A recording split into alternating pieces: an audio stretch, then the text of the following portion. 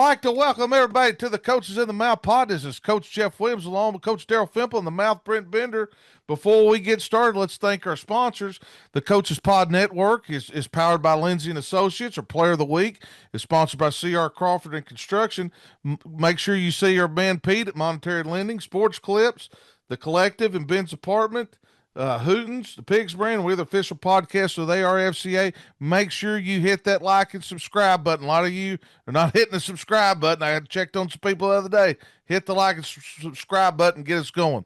Well, before we get started, let's talk about it. Our man Lindsey, our guest picker, just got announced that he is going in the Fayetteville Hall of Fame. We put two guys in the Hall of Fame. We've gotten people jobs. I think they knew that the curse was on the field. They called him on Thursday, told him he's going in. You take the curse off the field. Fayetteville wins first playoff game. Congratulations. 24. Yeah. Not even close. Not even close. You got to get the curse off the field. There's some other places they need to get the curse off the field a little bit. Oh, there's tons. There's tons of them. And we'll get into it also. How about our Henderson State Reddies, guys? I know you guys jumped on the Washita train there, but the Reddies went over there, walked across the street, took care of business. Yes, they did. They did take care of business for sure. And that was a unbelievable atmosphere. Yeah. That game was pretty phenomenal to watch, especially, in Arkansas that we have something like that. It's pretty amazing. And Arkansas kids, both those rosters are just full of Arkansas kids. And man, it was quite awesome to watch. But yeah, we couldn't block them. Yeah, that's what Reddies were unblockable. Well, that's what we did. We still play defense over there a little bit. I'm telling you what. That's what we the did. Spirit. And everything. One other thing, and this didn't have anything, both of these don't have anything to do with high school football. Todd Cooley in Delta State, big fan of the show, gets screwed getting out of the playoffs and all. Who forfeits a game in college football?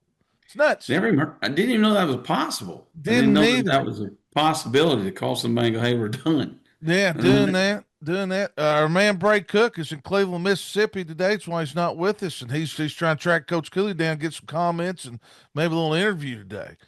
Well, let's go ahead and jump into it. What an amazing week of football. First week in the playoffs. Some upsets, some crossing over in conference. We talked about the strengths in conferences. You saw some, especially in the 4A, that really took off, but we're not there yet. Well, let's look at this 2A, 3A. Mineral Springs right out of the chute, Daryl. Your thoughts on this going into week 2? Some really big matchups coming up, and Mineral Springs takes down Hampton. Junction City rolls cross county, takes down the boys at Bigelow. East PPC takes care of business. Poland, in that conference also takes care of business. Mount Ida not surprised at Carlisle. Guys, let's look at this 2A this 2A bracket in this second round. I mean, my gosh, and we're going to talk about Junction City, Cross County here in a little bit, but you got EPC, Poland, Mount Ida, and Carlisle. Those are state championship type games. Daryl, what do you see in this 2A in the second round? Well, second round, the biggest thing is probably the biggest story right now is the knockoff of Hampton there in the first. Yeah. By Mineral Springs, moved up a couple freshmen. That's what we do. What happens, guys? We've seen we might move up one impactful ninth grader, and all of a sudden they were a different team. They run into a Desart team that's coming off a big 58-36 upset over Hector, actually. In that one, then you got Junction City who's just rolling. Scored 65 points again over Bearden this past week. Cross County ran the football extremely well. The Bill kid scored a 1-yard touchdown plunge. Used refrigerator Perry back in the day. So you had Cross County over Bigelow 49-0. That's a huge matchup there. EPC just still doing their thing. Burton's, they can run the football. The Gaines kid with Buchanan, they were 49-7 over Conway Christian. And then Poland kind of shocked the they got a big win there against Gurdon, 40-37. A huge one right there for them. And then Mount Ida and Carlisle, we kind of predicted that was going to happen there. They stayed the course, but now the bottom part of that bracket becomes really interesting. Yes, it does. And you got EPC Poland. Poland can throw the football with Colt Barrett. Mount Ida and Carlisle, that'll be a matchup. Oh, man. That could be a final game right there. So that bottom half of that bracket becomes really interesting. It does. Mouth, your thoughts on this 2A before we start breaking down our game of the week in 2A?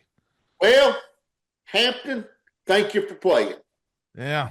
And work all that week, work all 11 weeks to get a number one seed, get a home game, and Mineral Springs just comes in and rips your heart out. I know, man. It just rips their heart out.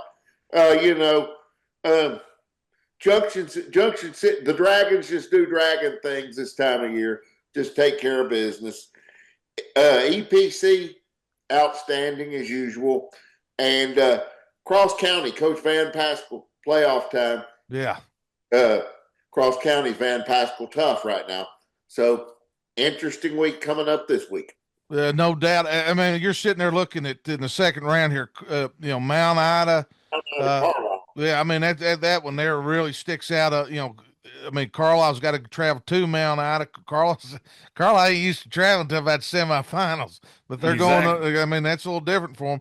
Going on the road, I mean, that thing could be over pretty quick. That's a two physical football teams, and then EPC with Poland. Poland's going to throw it around a little bit. EPC in that league, it's more of a running league, and see what they can do.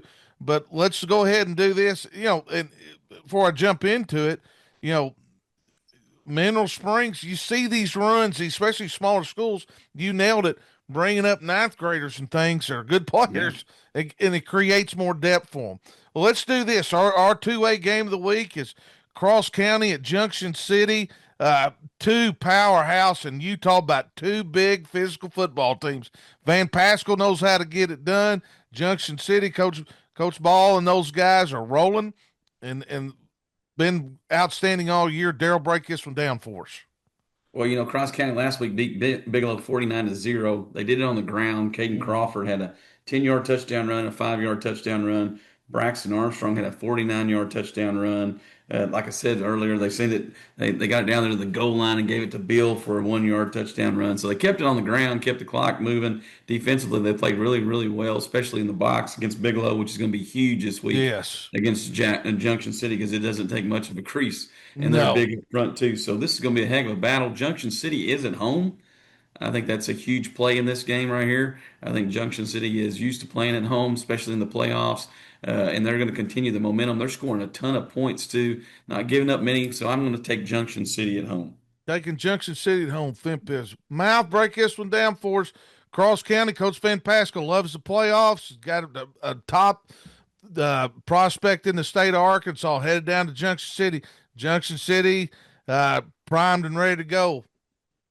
This is going to be a man's game right here. Yes, sir. It's going to be physical.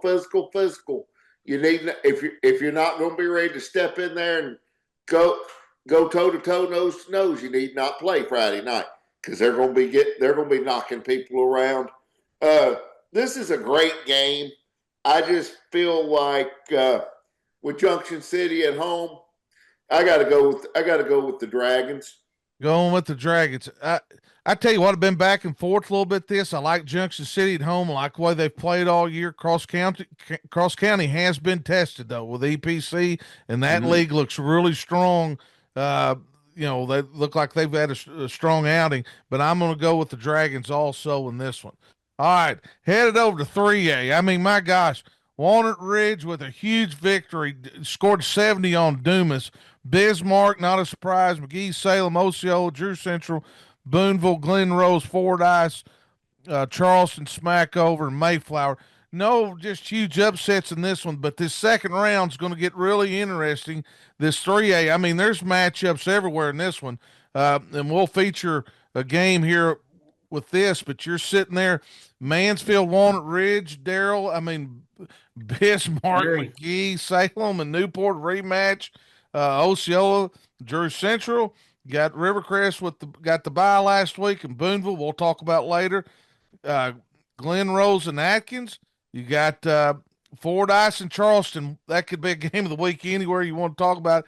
And then smack over Mayflower. This 3A, this second round, people are going to get good football teams are going to get eliminated. It is stacked. Yes, very much so. You look at the bottom, you got Fordyce and Charleston. I think that's going to be a really Mm-hmm. interesting game there. Charleston put up 71 points last week, mostly through the air on that one. Fordyce's defense is just playing lights out right now, really leaning on them. They went 46-0 over Jessieville this past week. Atkins, pulled off some Boy, magic there yes, this sir. past week. They get Glen Rose, though, as a reward there. Rivercrest coming off a bye, gets Boonville, which is huge. Osceola, Drew Central, that league that, we talk about all the time with Rivercrest in it is phenomenal. And I think the biggest game this week is going to be Salem Newport. Yeah, I rematch, think I rematch. think that is going to be a heck of a game there. Newport can run the ball. The Greer kid went over almost 300 yards this past week against Melbourne. Salem with Brink and them. Of course they've rested them. They won 54-7 last week over them. Bismarck is rolling too, especially defensively, which has been really impressive. But the one that I think is the one that's really scary is Mansfield and Walnut Ridge. Yes, I sir. think that's a huge, scary game. If you're Mansfield, of course, you get a home game there. You got a veteran offensive line to lean on, but that's going to be something to watch. And Could like be you over said, in 15 minutes. it could be. Yes, it could 15 be. minutes, guys. If you get there late, guys, you go to the concession stand, thing might be over. Get there It, early and so you can watch the whole game. exactly. And smack over Mayflower, that's a heck of a game too. That could be up in the 50s with both of those offenses. No doubt. Mouth, this 3A is so stacked, and these second round games are like semifinals, and some of these teams we could get to the finals. I mean, stacked all over the place. Talk to us, what's your thoughts on this 3A bracket, the second round? Fantastic. Yeah. Just just great game. Just great games. How it's worked out this year, and I agree with Coach Fimple. I agree with Coach Fimple that the game that I like them all, but the game that's going to do the most for me, excuse me, is Salem and Newport. Yeah. I mean, Rematch. rematch. The hardest thing in the world to do is beat a team twice, Yes.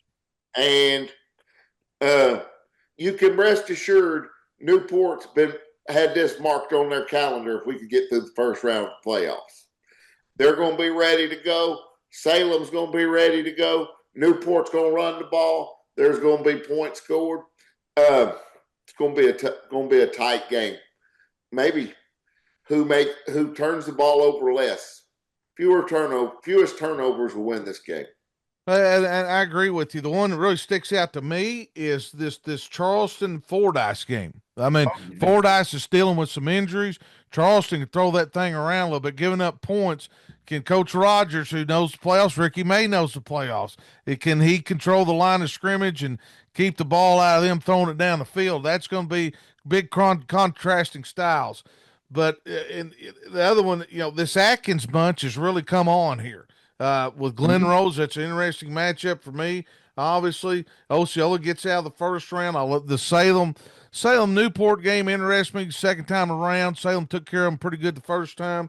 Bismarck's been quiet and just keeps rolling. But that Mansfield Walnut Ridge game, it should be outstanding. But our game of the week this week is Boonville, a 3 seed, out of a really tough conference, traveling up to Rivercrest. And you talk about contrasting styles. Rivercrest has been giving up tons of points and scoring tons of points. They're going to ground and pound at Boonville, and they're going to execute as good as anybody they're going to see all year long. Daryl, break this one down. I mean, and let's talk about this. Rivercrest coming off a bye. Do they bring some of those guys up like they did late in the year? Gives them an extra week of practice. But Boonville's they're steamrolling also. Well, yeah, Rivercrest is known to do that, Mm-hmm. especially. And here's a home game at the Tez too. They're pretty good at Yeah, home. they are. That's a heck of a journey there for Boonville too. But Boonville, like we said, is kind of built for this kind of game. Keep the clock in their favor in the whole 9 yards. They're 7-4 on the year. Boonville travels. They beat Quitman last week, 69-27. Did it the Boonville way, I guess you could say. Defense. The biggest question is going to be, can they hold up in the secondary? And Yeah. then Rivercrest defensively, can they stop them any? I mean, can you stop them up front? They're going to get Any. 4 That's yards a on big whack. word. Any. Yeah, you just got to have one stop and one Yeah. stop, one turnover. I don't know how you get a turnover against Boonville because they don't put They it in the don't. air very much. No. But I have to check on the last time they fumbled. Rivercrest, though, since they went to Jaden Ralph, they got, Hmm. the superstar Young got hurt. Buda's over 1,500 yards receiving. The Latham kids came in over 1,000 yards running the football. Their offensive line is really, really good. They can score a ton of points. Boonville doesn't want to get in the shootout with them, so they're going Nope. to have to maintain the ball a long period of time. I think this is at the Tez too, so I'm going to take Rivercrest, the Colts, and I think that Colt, all right, that mysterious Colt that we Yeah. need to ride around there, he's rested Yeah. up, he's ready to go. Yeah. The Colt Yeah. burgers are going to be hot this week. Yes. Going to be Yes. hot. I'm going to They take the Colts at home. taking the Colts at home with their truck and their fireworks over there, buddy. Yep. You gotta Yep. love it. All right, Mouth. Rivercrest and Boonville, two different type styles, two big time programs, big time matchup here in the second round, 3A. Oh, this is a dandy matchup. If if I'm Boonville, I'm going to try to take each drive I have and let it run 10 minutes. Yeah. I'm going to hold on to the ball as long as I can and drag it out. We're going to play it about first gear. We're going to get up to the line of scrimmage with about 5 seconds to go and snap the ball. Because if you score too quick, Rivercrest is right back at you. So Boonville needs to, for them to win, they need to control the clock from start to finish. But in a close one, the Mouth is going with the Rivercrest Colts and the Colt Burger. Going with the Colt Burger over at Rivercrest. The Mouth is.